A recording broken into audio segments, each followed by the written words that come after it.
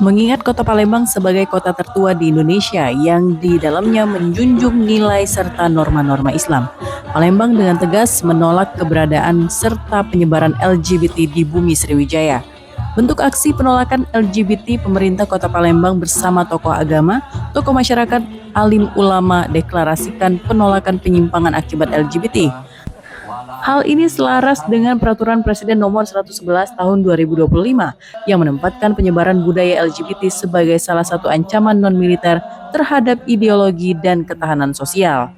Selaku pemegang kebijakan orang nomor 1 di Kota Palembang, Ratu Dewa menegaskan komitmen pemerintah Kota Palembang untuk menyiapkan regulasi sebagai langkah preventif dalam menyikapi persoalan tersebut. Selain menyiapkan regulasi, pemerintah Kota Palembang juga akan memperkuat upaya edukasi dan sosialisasi kepada masyarakat. Melalui kolaborasi dengan para ustadz, ustazah, organisasi kemasyarakatan, tokoh agama, serta tokoh masyarakat. Dan dalam waktu dekat, pemerintah Kota Palembang akan menerbitkan surat edaran sebagai langkah awal dalam mengantisipasi penyebaran perilaku yang dinilai bertentangan dengan norma dan ketentuan yang berlaku di Kota Palembang.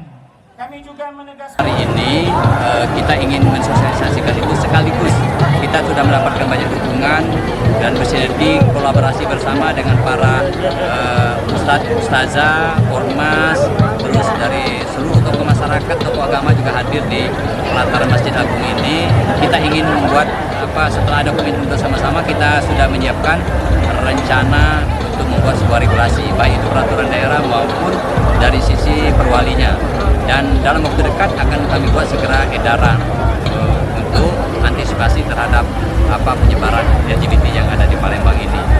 Pemerintah menghargai perbedaan bukan penyimpangan. Mari selamatkan generasi bangsa, perangi LGBT.